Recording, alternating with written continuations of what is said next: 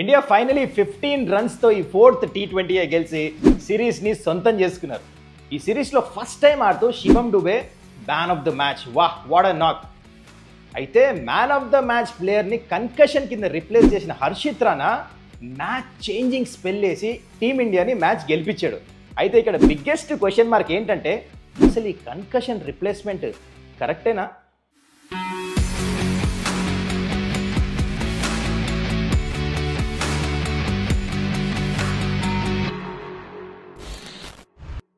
నమస్కారం, welcome to Suman's టక్అవుట్. Team India ఈ ఫార్మాట్లో dominance continuous. Under Suryakumar Yadav ఇంకొక T20 సిరీస్ సొంతం చేసుకున్నారు, అది కూడా స్ట్రాంగ్ ఇంగ్లాండ్ స్క్వాడ్ని కొట్టి. Kudos to Indian team. అయితే ఈ మ్యాచ్ గురించి మాట్లాడే ముందు ఫస్ట్ మనం ఈ మ్యాచ్లో జరిగిన ఒక చాలా ఇంట్రెస్టింగ్ ఇన్సిడెంట్స్ గురించి మాట్లాడాలి. అదే ఈ concussion rule and concussion replacement కింద వచ్చిన హర్షిత్ రాణా మొత్తం మ్యాచ్ చేంజ్ చేసేసాడు సెకండ్ ఇన్నింగ్లో. అయితే చాలా పెద్ద కాంట్రవర్సీ కింద మారిపోయింది. డెఫినెట్లీ క్వశ్చన్ మార్క్స్ వస్తాయి. అయితే దీని గురించి మనం డిస్కస్ చేయాల్సిందే. అండ్ మీకు కూడా తెలుసో లేదో, I want explain this rule. What is concussion? Concussion rule అంటే ఏంటంటే, బాల్ ఎప్పుడైనా ప్లేయర్కి వచ్చే హెల్మెట్కి కానీ తలకు కానీ తగిలితే ఫిజియో వస్తాడు, చెక్ చేస్తాడు. If player is not fit, match రెఫరీకి ఇన్ఫార్మ్ చేస్తాడు. Match referee feels is not safe అంటే ప్రివెన్షన్ కింద అప్పటికప్పుడు అంటే ప్లేయర్కి అనిపించచ్చు నాకేదో తల తిరుగుతుంది అట్లా ఉంటే కూడా ఎట్లా అంటే ప్రివెన్షన్ కింద they will allow one more substitute player to come and take part in the match, అంటే ఆడొచ్చు అనమాట మ్యాచ్. అయితే దీనికి రూల్ ఏంటంటే లైక్ అండ్ లైక్ రిప్లేస్మెంట్ ఉండాలి.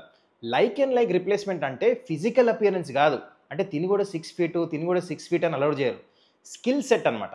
అంటే ఒక బ్యాట్స్మెన్కి బ్యాట్స్మెన్ వస్తాము, ఒక బౌలర్కి బౌలర్ వస్తాము, ఒక ఆల్రౌండర్కి ఆల్రౌండర్ వస్తాం, ఒక బౌలింగ్ ఆల్రౌండర్కి బౌలింగ్ ఆల్రౌండర్ వస్తాం, బ్యాటింగ్ ఆల్రౌండర్కి బ్యాటింగ్ ఆల్రౌండర్ వస్తాం. ఇది రూల్. అయితే ఈ మ్యాచ్ ఏం జరిగిందో మీరు చూడండి. మీకు చాలా ఎట్లా అంటే స్టెప్ బై స్టెప్ ఎక్స్ప్లెయిన్ చేస్తా. ఇండియా బ్యాటింగ్ చేసినప్పుడు సెకండ్ లాస్ట్ బాల్ వచ్చి హెల్మెట్కి తగిలింది పుల్ కొట్టినప్పుడు. ఎవరికి? శివం డుబేకి. దాని తర్వాత ఇంకో లాస్ట్ బాల్ ఆడాడే వెళ్ళిపోయాడు తను. వెళ్ళిపోయిన తర్వాత whatever reasons he was not feeling well. ఫిజియోకి చెప్పాడు that I can't take the field అని చెప్పేసి. అండ్ ఫిజియో వెళ్ళి మ్యాచ్ రెఫరీ ఎవరు? మన ఇండియనే, జవగల్ శ్రీనాథ్. తనకి ఇన్ఫార్మ్ చేస్తే తనేం చేశాడంటే అలౌ చేశాడు. ఓకే, అయితే ఇక్కడ అలౌ చేస్తాం తప్పు కాదు, ఈవెన్ మన సబ్స్టిట్యూట్ అడగటం కూడా తప్పు కాదు. ఇక్కడ వచ్చి పెద్ద క్వశ్చన్ మార్క్ ఏంటంటే ఎవరు వచ్చారు తన ప్లేస్లో? శివం డుబే ఏంటి? Is a batting allrounder. తన రిప్లేస్మెంట్ కింద ఎవరు వచ్చారు? హర్షిత్ రాణా వచ్చాడు. Harshit Rana is not a batting allrounder, is a bowling allrounder. ఇక్కడ ఫరక్ పడింది. ఇక్కడ ఇంగ్లాండ్ వెళ్ళి క్వశ్చన్ మార్క్ వేసేసారు, వెళ్ళి మ్యాచ్ రెఫరీ దగ్గర ఎంపైర్స్ని అడిగారు వెళ్ళి అట్లెట్లా అలౌ చేశారని. But strange reasons they have allowed it. And మ్యాచ్లో చాలా ఫరక్ పడిపోయింది. హర్షిత్ రాణా సెకండ్ ఇన్నింగ్ వచ్చి ఇట్లా బౌలింగ్ వేసాడు. ఎవరెవరు లివింగ్స్టన్ వికెట్ తీశాడు, జేకబ్ బెథెల్ వికెట్ తీశాడు, ఓవర్టర్న్ వికెట్ తీశాడు. మ్యాచ్ స్వరూపం మొత్తం చేంజ్ చేశాడు వచ్చి. లేకపోతే it could have been anyone's game. India comfortably 15 runsతో గెలిచిందంటే ఆ ఇంపార్టెంట్ ఇది అయితే స్పెల్ వేసాడు, ఇంపార్టెంట్ 3 వికెట్ల వల్ల. సో ఈ కన్కషన్ రూల్ మాత్రము డెఫినెట్లీ వన్స్ అగైన్ వెళ్ళి ఎంపైర్స్ కానీ మ్యాచ్ రెఫరీ కానీ వెళ్ళి మళ్ళీ చూడాల్సిందే, లైక్ అండ్ లైక్ రిప్లేస్మెంట్ అయిందా లేదా అని. మరి దీని గురించి మీరేమంటారు? I want you to comment down. ఎంతవరకు జవగల్ శ్రీనాథ్ అయితే అలౌ చేశాడో, ఈ మ్యాచ్ మీద ఇంపాక్ట్ ఎట్లా ఉండింది, అసలు ఇది అలౌ చేస్తాం కరెక్టేనా? మీ ఒపీనియన్ కావాలి నాకు. I want your honest opinion on this, comment below. So ఇప్పుడు మ్యాచ్లో అసలు ఏం జరిగిందో మాట్లాడదాం. టాస్ ఫైనలీ ఇంగ్లాండ్ గెలిచారు. ఫస్ట్ 3 మ్యాచ్లు గెలవాలి, 4th మ్యాచ్ బట్లర్ గెలిచాడు టాస్. అండ్ 50-50 కన్ఫ్యూజన్లో ఉన్నాడు. టాస్ అప్పుడు చెప్పాడు అసలు ఏం చేయాలో మాకు అర్థం కావట్లేదు, కానీ డ్యూ వస్తుందేమో అని చెప్పేసి మేము సెకండ్ బ్యాటింగ్ చేస్తాం అన్నాడు. సెకండ్ బ్యాటింగ్ చేశారు. సూర్య కూడా కొంచెం డిసప్పాయింటెడ్ అనిపించాడు టాస్ అప్పుడు. అయితే ఇక్కడ ప్లేయింగ్ 11లో ఇండియా ఏమో 3 చేంజ్లు చేశారు. హర్షదీప్ వచ్చాడు, శివం డుబే వచ్చాడు, and we also got Rinku Singh back. Shivam Dube ఎవరు ఎక్స్పెక్ట్ చేయలేదు, కానీ ఇది ఫెంటాస్టిక్ చేంజ్ చేశారు. ఇక్కడ గౌతమ్ గంభీర్, సూర్యకుమార్ని మెచ్చుకోవాల్సిందే. ఈ టీమ్ మేనేజ్మెంట్కి క్రెడిట్ ఇవ్వాలి మంచిగా చేసినప్పుడు. ఎవరు ఎక్స్పెక్ట్ చేయలేదు, 3 చేంజ్లు చేశారు. అక్కడ ఇంగ్లాండ్ కూడా 3 చేంజ్లు చేశారు. ఐ మీన్ ఇన్ఫాక్ట్ 2 చేంజ్లు చేశారు. జేకబ్ బెథెల్ వచ్చాడు, సాకిబ్ మహమ్మద్, తిను కూడా మంచి చేంజ్. ముందు డిస్కస్ చేసాం దాని గురించి. సరే, ఇండియా బ్యాటింగ్కి వచ్చారు, ఓపెనర్స్ వచ్చారు. వన్స్ అగైన్ మళ్ళీ Sanju Samson for the 4th time pull షాట్కి అవుతాడు. ఇక్కడ డిఫరెన్స్ ఏంటంటే ఆర్చర్ బౌలింగ్లో కాకుండా సకీబ్ మహమ్మద్లో బౌలింగ్లో అవుతాడు. అండ్ దాని తర్వాత అభిషేక్ శర్మ స్టార్ట్ చేశాడు, మళ్ళీ ఫైర్ వర్క్స్ కొడుతూనే ఉన్నాడు, మంచి స్టార్ట్ దొరికింది. అయితే ఇక్కడ మాట్లాడాల్సింది ఫస్ట్ సకీబ్ మహమూద్ అయితే బౌలర్ ఆడాడు ఈ మ్యాచ్. ట్రిపుల్ వికెట్ మేడిన్ వేసాడు తను వేసిన ఫస్ట్ ఓవర్. వికెట్లు టపా పడిపోయినాయి ఇండియా. సూర్యకుమార్ అవుట్ అయిపోయాడు, తిలక్ వర్మ అవుట్ అయిపోయాడు, మ్యాచ్ ఖతం అనుకున్నారేమో, బహుశా మీరు కూడా అదే అని అనుకుంటారు ఏమైపోయింది ఈ టైంలో అని చెప్పేసి. అయితే అక్కడ మెచ్చుకోవాల్సింది రింకు సింగ్ ఇంజురీ నుంచి వెనక్కి వస్తున్నాడు, చాలా మంచిగా ఆడాడు, 30 రన్లు ఏదైతే కొట్టాడు. అభిషేక్ శర్మ కూడా ఇదే ఈ న్యూ జెన్జీ క్రికెట్ చూడండి. పాత ఇండియన్ టీం అయితే 3 వికెట్లు పడగానే వద్దొద్దు డిఫెన్స్ ఆడమని చెప్పేసి షెల్లోకి వెళ్ళిపోయారు. కానీ వీళ్ళు అట్లా కాదు, ఒక స్ట్రాటజీ ఉంది. ఏంటంటే సూర్యకుమార్ కూడా ఎన్నోసార్లు మాట్లాడారు, వాళ్ళ టీమ్ మీటింగ్స్లో ఇదే డిస్కస్ చేస్తున్నారంటే ఏంటి, వికెట్స్ పడిన తర్వాత కూడా go for it, trust your ability. అదే చేశారు, కౌంటర్ అటాకింగ్ బ్యాటింగ్ చేశారు.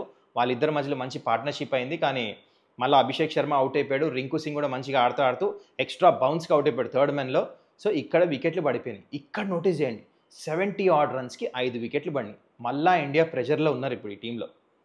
అయితే ఇక్కడ చూడండి, because India is playing number 8 దాకా బ్యాట్స్మెన్, అంటే అక్షర్ పటేల్ నెంబర్ 8 వస్తున్నాడు, ఆ కాన్ఫిడెన్స్ ఉంది ఇక్కడ. శివం డూబే ఇంకా హార్దిక్ పాండ్యా బ్యాటింగ్ చేస్తున్నప్పుడు ఇంకా బ్యాటింగ్ ఉందని చెప్పేసి వీళ్ళు కూడా ఫ్రీడమ్తో ఆడారనమాట. అందుకని ఇండియా ఎక్స్ట్రా బ్యాటర్ ఆడిపిస్తారు ఆల్రౌండర్స్, అర్థమైందా? సో ఇక్కడ మాత్రం శివన్ డూబేకి క్రెడిట్ ఇవ్వాల్సిందే. ఫస్ట్ మ్యాచ్ వస్తున్నాడు, అసలు ఈ సిరీస్లోనే లేడు, కంబ్యాక్ చేస్తున్నాడు. అయితే ఆదిల్ రషీద్కి ఒక 6 కొట్టాడు కదా ఇట్లా ఆన్ ది అప్, అక్కడ ఫరక్ పడింది, స్టాంప్ ఆఫ్ అథారిటీ కనిపించింది అక్కడ. ఇట్లా అయిపోయారు ఇంగ్లాండ్, అరే ఇదేంటి 5 వికెట్ పడిన తర్వాత అటాక్ చేస్తున్నారని. అప్పుడు డిఫెన్సివ్ వెళ్ళిపోయారు.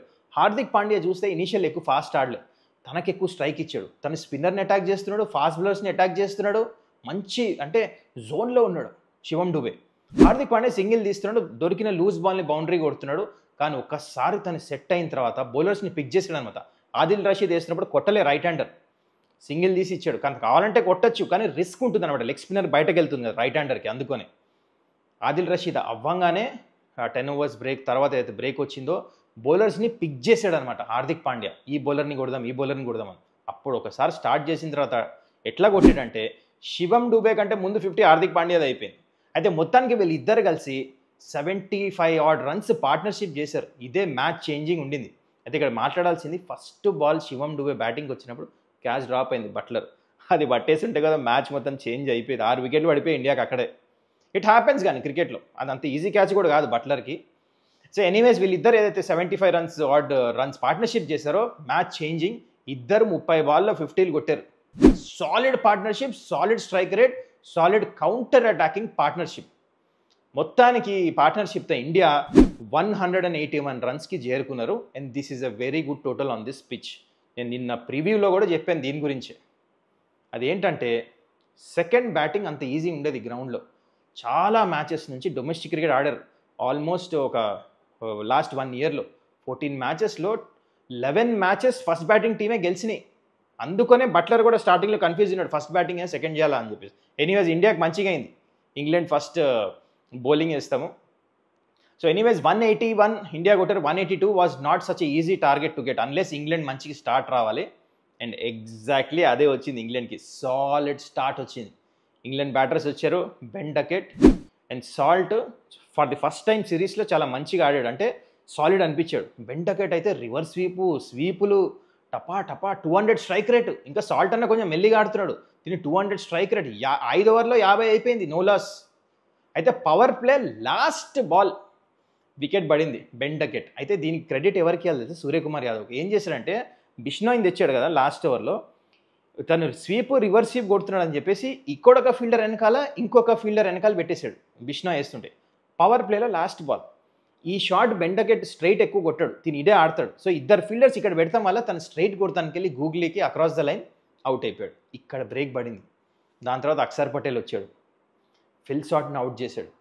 ఇక్కడ స్టార్ట్ అయింది బ్రేకులు బండి, రన్ రేట్ మెల్లి పెరుగుతూ 9.5 రన్స్ కన్నా వెళ్ళిపోయింది. కానీ ఇక్కడ ఇంగ్లాండ్ మళ్ళీ మంచి కంబ్యాక్ చేశారు. ఏంటంటే స్పిన్నర్స్ని ఈసారి మంచిగా వరుణ్ చక్రవర్తి వికెట్స్ ఈలే ఇనిషియలీ, సాలిడ్ పార్ట్నర్షిప్స్ నడుస్తున్నాయి. హ్యారీ బ్రూక్ మంచిగా ఆడుతున్నాడు, లివింగ్స్టన్ కూడా మంచిగా ఆడుతున్నాడు. సో పార్ట్నర్షిప్ వస్తున్నాయి, మెల్లి మ్యాచ్ వెళ్ళిపోతున్నాడు. Harry Brook for the first time ఈ సిరీస్లో చాలా కంఫర్టబుల్ అనిపించాడు, టపా మంచి రన్స్ కొట్టాడు, అగ్రెసివ్ ఇంటెంట్ చూపిస్తున్నాడు, చేతిలోంచి బాల్ మంచి పిక్ చేస్తున్నాడు. మ్యాచ్ ఇంగ్లాండ్ వైపు వెళ్ళిపోతుందా అనుకున్నాం మనం. అయితే ఇక్కడ వచ్చాడు మన కన్కషన్ రిప్లేస్మెంట్ హర్షిత్ రాణా వచ్చి ఇంపార్టెంట్ వికెట్ ఎవరిది అయితే మర్చిపోయాం, మధ్యలో బట్లర్ వికెట్ కూడా పడింది మనకు తెలుసు. కట్టు కొడితే ఆ క్యాచ్ కూడా పట్టింది ఎవరు, హర్షిత్ రాణానే. ఇంపార్టెంట్ క్యాచ్ తీసుకున్నాడు హర్షిత్ రాణా అక్కడ కూడా. ఎందుకంటే అటు ఇటు అయితే క్రికెట్లో ఏమైనా చెప్పలేం, క్యాచెస్ డ్రాప్ అవుతుంది చూసాం, ఇంపార్టెంట్ క్యాచ్ తీసుకున్నాడు. Concussion replacement Harshit Rana. దాని తర్వాత బౌలింగ్కి వచ్చాడు, లివింగ్స్టన్ వికెట్ తీసుకున్నాడు. అక్కడ మ్యాచ్ అయిపోయింది అనుకున్నా, మంచి పార్ట్నర్షిప్ నడిచింది హ్యారీ బ్రూక్ది ఇంకా లివింగ్స్టన్ది. అది అక్కడ వికెట్ తీసుకున్నాడు. అండ్ దాని తర్వాత కూడా మ్యాచ్ అవ్వలే, ఇంకా హ్యారీ బ్రూక్ మంచిగా ఆడుతూ ఉన్నాడు. కానీ ఇక్కడ ఇంగ్లాండ్ అనవసరంగా వికెట్స్ త్రో చేశారు. Match was in their pocket. ఎప్పుడైతే వరుణ్ చక్రవర్తి వచ్చాడో ఆ ఓవర్లో ఆల్ దట్ హ్యారీ బ్రూక్ చేయాల్సింది ఏంటంటే, ఇంకో ఎంత 3 బాల్ మిగిలి ఉన్నాయి, తన లాస్ట్ ఓవరే వేస్తున్నాడు, కొడతానికి వెళ్ళాడు. ఏదో ఇట్లా జరిగి ఇట్లా స్కూప్ ఆడతాం. వరుణ్ చక్రవర్తి బౌలింగ్లో పేసే ఉండదు, స్కూప్ ఆడతాం ఏంటి, ఆడటానికి వెళ్ళాడు, షార్ట్ ఫైన్ లెగ్లో అవుట్ అయిపోయాడు. అండ్ దాని తర్వాత బ్రైడన్ కార్స్ మన ఎస్ఆర్హెచ్ ప్లేయర్ నేడే బ్లండర్ నిజంగా చెప్పాలంటే. ఓన్లీ 2 బాల్ ఉన్నాయి అక్కడ, ఏం చేయాలి, సింగిల్ తీసేసి వేరే బౌలర్స్ని కొట్టచ్చు. ఎందుకంటే ఫాస్ట్ బౌలింగ్కి మంచిగా ఆడతారు కదా ఇంగ్లాండ్. ఈ డెంట్ యూజ్ హిజ్ బ్రెయిన్ నిజంగా. తను కొడతానికి వెళ్ళాడు, అక్రాస్ ద లైన్ అవుట్ అయిపోయాడు, క్యాచ్ అవుట్. అక్కడ మ్యాచ్ మొత్తం చేంజ్ అయిపోయింది. It was all about over turn. అక్కడ తనే ఇంకా మ్యాచ్ గెలిపాడు. ఇంకా జేకబ్ బెథెల్ మన ఆర్సీబీ ప్లేయర్ కూడా లెఫ్ట్ హ్యాండర్ బ్యాటింగ్ చేస్తున్నాడు. తనకు చాలా ప్రామిస్ ఉంది, తను యాక్చువల్లీ ఈ మ్యాచ్లో డిఫరెన్స్ చేస్తాడు అనుకున్నా. కానీ మళ్ళా మన కన్కషన్ రిప్లేస్మెంట్ వచ్చాడు, హర్షిత్ రాణా వచ్చి జేకబ్ బెథెల్ వికెట్ తీశాడు. అక్కడ మ్యాచ్ ఇంకా కష్టం అయిపోయింది. అక్కడ నుంచి ఇంకా లాస్ట్ హోప్ ఓవర్ టర్న్ ఉండింది. తను ఒక మంచి బౌండరీ కొట్టగానే మనకి మ్యాచ్ గెలిపిస్తాడా, 20 రన్లు కొట్టాలి, ఇంకా 25 రన్స్ కొట్టాలి, ఆ రిధం కనిపించింది. కానీ మళ్ళా కన్కషన్ రిప్లేస్మెంట్ వచ్చి అక్కడ కూడా వికెట్ తీసేసరికి మ్యాచ్ ఖతం అయిపోయింది అక్కడ. మొత్తానికి హర్షిత్ రాణా, బిష్నాయ్ 3 వికెట్లు తీసుకున్నాడు ఈ సిరీస్లో. ఫస్ట్ మ్యాచ్ చాలా ఇంప్రెసివ్ వేశాడు. హర్షిత్ రాణా ఇందా చెప్పినట్టు 3 వికెట్లు తీసుకున్నాడు, మంచిగా క్యాచ్ తీసుకున్నాడు. So overall it was a fantastic performance. And definitely India మాత్రం ఈ మ్యాచ్ 12 ప్లేయర్లతో ఆడినట్టే అయింది. To be honest, that is my very honest చెప్తున్నా. దట్ ఈస్ డెఫినెట్లీ అది ఫరక్ పడింది ఈ మ్యాచ్లో హర్షిత్ రాణా ఏదైతే వచ్చి పర్ఫార్మెన్స్ ఇచ్చాడో. కానీ kudos to Indian team, under pressure bowling పక్కన పెట్టండి, బ్యాటింగ్ ఎట్లా చేశారు. వికెట్లు పడిపోతున్నా అగ్రెసివ్ ఇంటెంట్, గంభీర్కి క్రెడిట్ ఇవ్వాలి. ప్లేయింగ్ 11 చాలా మంచిగా సెలెక్ట్ చేశారు కండిషన్స్ ప్రకారం. కానీ ఈ యంగ్ టీమ్ చాలా మంచి ఛాలెంజింగ్ అపోనెంట్ ఇంగ్లాండ్ని ఓడించారంటే, అది కూడా ఫస్ట్ 4 మ్యాచ్ల్లో ఇట్లా 3 మ్యాచ్లు గెలుస్తాం, not easy. So credit to the young Indian team, fantastic ఆడుతున్నారు. ఇప్పటి నుంచే కాదు, వరల్డ్ కప్ తర్వాత నుంచి చూస్తున్నాం మనం. సౌత్ ఆఫ్రికాని వెళ్ళి సౌత్ ఆఫ్రికాని కొడతాం, బంగ్లాదేశ్ని కొడతాం, శ్రీలంకని కొడతాము, యూ నేమ్ ఇట్, అన్ని గెలుస్తున్నారు. ఇప్పుడు ఇంగ్లాండ్తో కూడా మ్యాచ్లు గెలిచారు, అది కూడా ఇలాంటి కండిషన్స్లో. స్ట్రాంగ్ ఆల్రౌండ్ టీమ్ ఇంగ్లాండ్ది. So kudos to Indian team, fantastic performance ఉండింది. So that was it. మొత్తానికి సిరీస్ గెలిచేశారు. Very happy for team India. మరి మీరేమంటారు? What you say about this game? ఈ సిరీస్ విక్టరీ గురించి ఏ పర్ఫార్మర్ మీకు చాలా మంచిగా అనిపించింది? అభిషేక్ శర్మ ఇచ్చిన స్టార్టా, వరుణ్ చక్రవర్తి వేస్తున్న బౌలింగ్ మిడిల్ ఓవర్స్లో వచ్చి ఇంపార్టెంట్ వికెట్స్ తీసుకున్నాడా, కన్కషన్ రిప్లేస్మెంటా, లేకపోతే శివంగ్ డూబే ఆడిన మ్యాగ్నిఫిసెంట్ నాకా సిరీస్లో ఫస్ట్ టైం వచ్చి? I want you to comment.